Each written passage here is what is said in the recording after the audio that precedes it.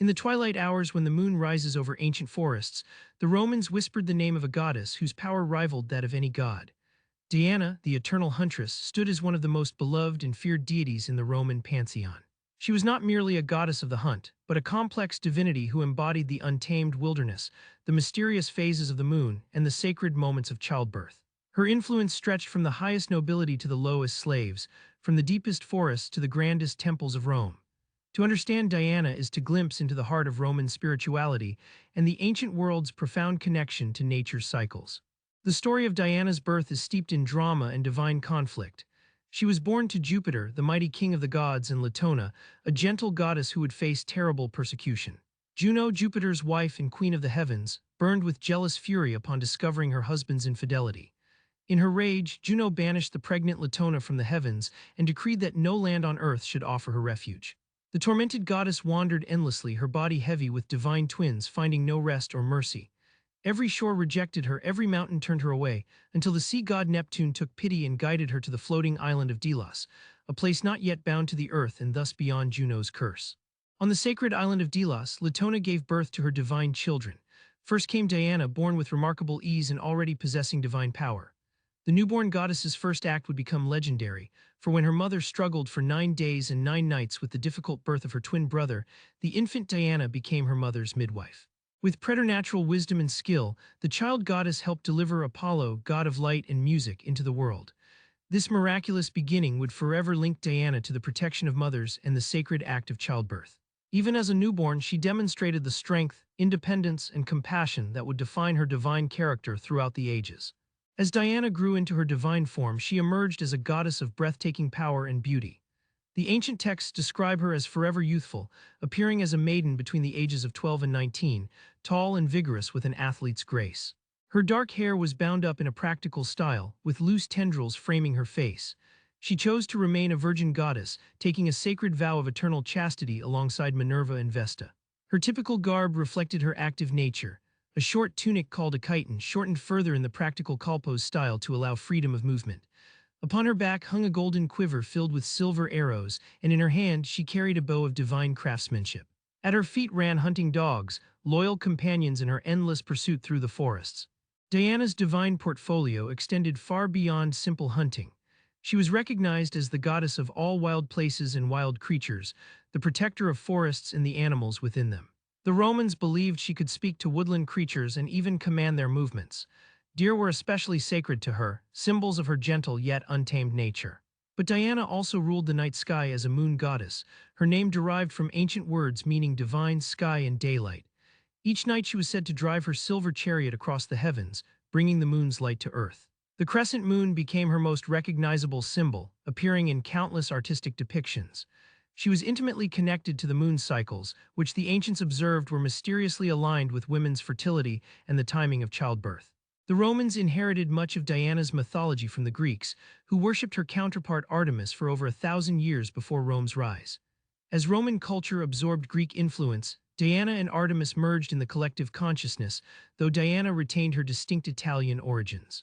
This synthesis enriched Diana's character, adding layers of Greek myths to her Roman identity. She became identified not only as the Huntress but as part of a trinity of lunar deities. Scholars describe her as Diana Triformis, the threefold goddess, representing Diana the Huntress on earth, Luna the moon in the sky, and Hecate the goddess of the underworld. This triple nature reflected the ancient understanding of the moon's journey from the visible sky through its dark phase, when it seemed to descend to the realm of the dead. Perhaps no place was more sacred to Diana than the grove at Lake Nemi, nestled in the Alban Hills south of Rome near the ancient town of Aricia. This mysterious woodland sanctuary, known as the Grove of Diana Nemorensis or Diana of the Wood, existed from at least the 6th century before the Common Era. The lake itself earned the poetic name Diana's Mirror, for on clear nights its still waters perfectly reflected the moon's image. Here Diana was worshipped alongside two companions. Egeria, a water nymph who shared Diana's role in protecting childbirth, and Virbius, a woodland spirit linked to the hero Hippolytus. The grove operated under a strange and violent custom.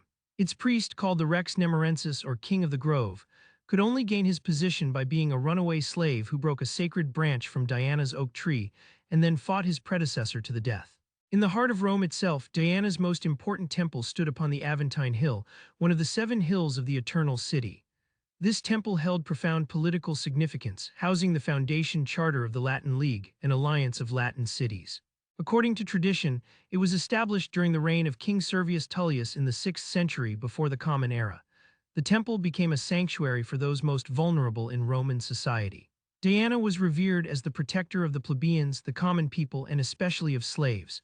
Her temple offered asylum to those fleeing cruel masters, and her festival day was celebrated as a holiday when slaves were freed from their labors. This aspect of Diana as champion of the oppressed added a social dimension to her divine authority, making her beloved among Rome's lower classes.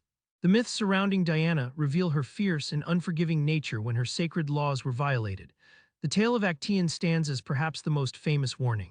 This skilled hunter, grandson of Cadmus and son of the pastoral god Aristeus, pursued his prey through the forests one summer day. By cruel fate, he stumbled upon a secluded grotto where Diana and her nymphs bathed in a cool stream. The goddess, caught unclothed, felt her privacy violated by mortal eyes. In her rage and humiliation, she splashed water upon Actaeon's face, transforming him instantly into a magnificent stag. Unable to speak or plead for mercy, Actaeon fled in terror, but his own hunting dogs caught his scent. They pursued their master with savage determination, and unable to recognize the stag as their beloved owner, they tore him to pieces in a tragic irony that epitomized Diana's swift and terrible justice. Another myth speaks of Diana's brief encounter with mortal love. The shepherd Endymion, known for his extraordinary beauty, tended his flocks on the slopes of Mount Latmos. Diana, descending from the heavens on a night of the new moon, discovered him sleeping in a cave and was overcome by his appearance. For once, the virgin goddess's heart stirred with affection. Yet Diana's solution revealed her divine selfishness and her unwillingness to compromise her immortal nature. Rather than wake him and risk the complications of mortal love, she cast an eternal sleep upon Endymion. Forever young, forever beautiful, forever unconscious, he would remain for her to visit throughout eternity.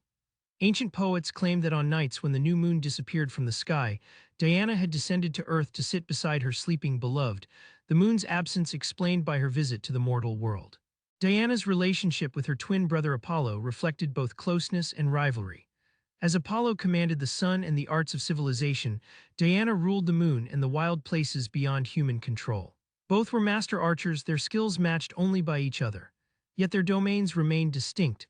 Apollo brought light, music, and prophecy to humanity's ordered spaces, while Diana protected the mysteries of nature and the dangerous freedom of the hunt. Some myths suggest that Apollo acted as Diana's jealous guardian, interfering when he perceived threats to her chastity. When Diana showed interest in the giant huntsman Orion, Apollo reportedly tricked his sister into shooting an arrow at a distant target in the sea, which turned out to be Orion's head. This myth portrayed Diana as powerful yet vulnerable to deception, even from those closest to her. By the 3rd century before the Common Era, Diana had secured her place among the 12 major gods of the Roman pantheon, as recorded by the poet Aeneas. While the Capitoline triad of Jupiter, Juno, and Minerva held the highest official status, Diana's popular worship rivaled theirs in fervor. Temples and shrines dedicated to her dotted not only Italy but spread across the Roman territories. One of the most magnificent stood at Ephesus in Asia Minor, where the temple of Artemis Diana became one of the 7 wonders of the ancient world. This massive structure, with its forest of columns and priceless artworks, attracted pilgrims from across the Mediterranean. The cult at Ephesus maintained ancient traditions that predated even Greek influence, representing a continuity of goddess worship stretching back thousands of years. Each summer, on the 13th day of August, Romans celebrated Diana's most important festival called Nemeralia, the Festival of Torches. This sacred celebration centered on Lake Nemi but was observed throughout Roman territories. Women played the central role in these rites, washing and adorning their hair with flowers and garlands. At dusk, worshippers formed processions bearing torches around the sacred lake, the flames mingling with moonlight on the water's surface to create a spectacle of extraordinary beauty. The festival day was a rare holiday for slaves and working women, a time when normal social hierarchies relaxed. All hunting was forbidden on this sacred day, and even hunting dogs were honored, dressed in flower garlands in recognition of their service to Diana's domain. The celebration affirmed Diana's role as protector of women, nature, and those without power in Roman society. Diana's character embodied paradoxes that Romans found deeply meaningful. She was a virgin who protected childbirth and fertility. She was a goddess of light who ruled darkness. She represented both the gentle nurturing of nature and its savage, unpredictable violence. The poet Catullus addressed her by multiple names in his verses: Latonia, daughter of Latona; Lucina, the light bringer; Trivia, goddess of crossroads where 3 paths meet; and Luna, the moon itself. These various aspects were not contradictions, but rather reflected the ancient understanding that divinity transcended simple categories. Diana's domains of wilderness, night, childbirth, and hunting were all liminal spaces, thresholds between civilization and chaos, life and death, light and darkness. She dwelt in the in-between places, ruling over transitions and transformations. Roman artists and sculptors created countless representations of Diana throughout antiquity. She typically appeared as a young woman in motion, caught mid-stride in the hunt. Her clothing was always practical, the short tunic revealing her legs for running. Her bow, often shown either in hand or slung across her back, was her primary attribute. Hunting dogs frequently accompanied her, representing loyalty and the hunter's partnership with trained animals. Deer appeared in many depictions, sometimes as her prey but often as her companions, reflecting her dual role as both hunter and protector of wildlife. In some unusual representations, particularly on coins and in sculpture, Diana appeared with three forms or three heads, visually emphasizing her triple goddess nature. Her hairstyle, often short or bound up practically, distinguished her from other goddesses who wore more elaborate arrangements. As Christianity spread through the Roman Empire, Diana became one of the pagan deities most condemned by early church fathers. Church leaders denounced her worship as superstition and devil worship. Sermons warned converts not to invoke Diana's name or participate in festivals at crossroads under moonlight. Yet Diana's influence proved remarkably persistent. Medieval texts reveal that common people continued to whisper prayers to Diana for successful hunts, safe childbirth, and protection of livestock long after official pagan worship ended. Elements of her mythology merged with folklore about night-riding women and became entangled with witch beliefs. The association of Diana with the moon, and with women who gathered in secret outdoor rituals, contributed to her transformation in Christian imagination from goddess to demon, though her worship never entirely disappeared from popular memory. The Renaissance brought renewed interest in classical mythology, and Diana experienced a revival in art and literature. Painters like Titian, Rubens, and countless others depicted scenes from her myths. She became a symbol of female independence, strength, and chastity. European nobility adopted her as an emblem. Queen Elizabeth I of England was often compared to Diana, the Virgin Queen. French kings built elaborate fountains featuring Diana's image. The goddess appeared in the works of Shakespeare, who referenced her in plays including A Midsummer Night's Dream and Romeo and Juliet. During the Enlightenment, she represented reason controlling passion, the civilized control of wild nature. Each era reinterpreted Diana according to its values, yet always she retained her core identity as the independent huntress who answered to no one. In modern times, Diana continues to capture imagination in unexpected ways. Contemporary neo-pagan movements, including Wicca and Roman Reconstructionist practices, have revived her worship. Environmental movements have adopted her as a symbol of wilderness protection and humanity's responsibility toward nature. Feminist scholars have examined her mythology to understand ancient concepts of female power and autonomy. The psychological concept of the Diana archetype describes the independent, goal-focused woman who defines herself through her own achievements rather than relationships. Museums worldwide display ancient artifacts bearing her image, from tiny coins to monumental statues. Each generation finds new meaning in this ancient goddess who embodied so many aspects of human experience. The mystery of the moon, the thrill of the hunt, the miracle of birth, and the fierce protection of the wild places that civilization can never fully tame. Diana's enduring appeal lies in her representation of the untamed aspects of existence that resist domestication and control. In an increasingly urbanized world, she reminds us of the wild places and wild spirits that remain. She protects those at vulnerable transitions, the threshold moments of birth, the dangerous night, the uncertain crossroads. Her mythology teaches that some forces, like nature itself, demand respect rather than domination. The crescent moon still rises over forests and cities alike, a symbol that transcends millennia. In that silver light, whether we acknowledge it or not, Diana continues her eternal hunt, arrow nocked and ready, eyes scanning the darkness with divine perception. She remains what she always was: powerful, independent, mysterious, and utterly unforgettable.